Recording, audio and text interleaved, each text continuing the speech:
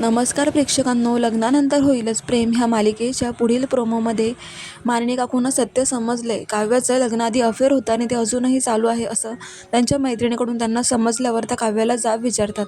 मग काव्या खूपच घाबरत उत्तरं देते, पण जीवाचं नाव अजून समोर आलेलं नसतं.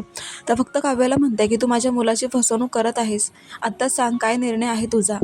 तेव्हा आता काव्या सांगते की आता मी सगळं काही सोडलं आहे. कोणाच्याही पायावर नाक घासायला तयार आहे मी आणि आयुष्यच पूर्ण बदललंय. तेव्हा आता ती हळूच रात्री किचनमध्ये येते. जीवा तिला भेटतो. जीवाला ती सांगत असते की आपलं प्रेम प्रकरण म्हणजेच माझं प्रेम प्रकरण आईंना समजलंय.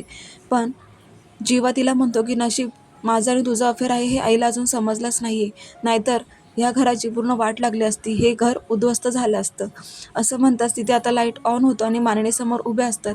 त्यांनी सगळं काही बोलणं ऐकलेलं असतं. तेव्हा आता प्रेक्षकांनो, काव्य आणि जीवा दोघंही खूप घाबरलेले आहेत. शेवटी सत्य हे लपत नाही, ते समोर आलेलं आहे. आता मानिनीला काय उत्तर देणार हेच पाहणं रंजक ठरणार आहे. पाहत रहा लग्नानंतर होईलच प्रेम. धन्यवाद.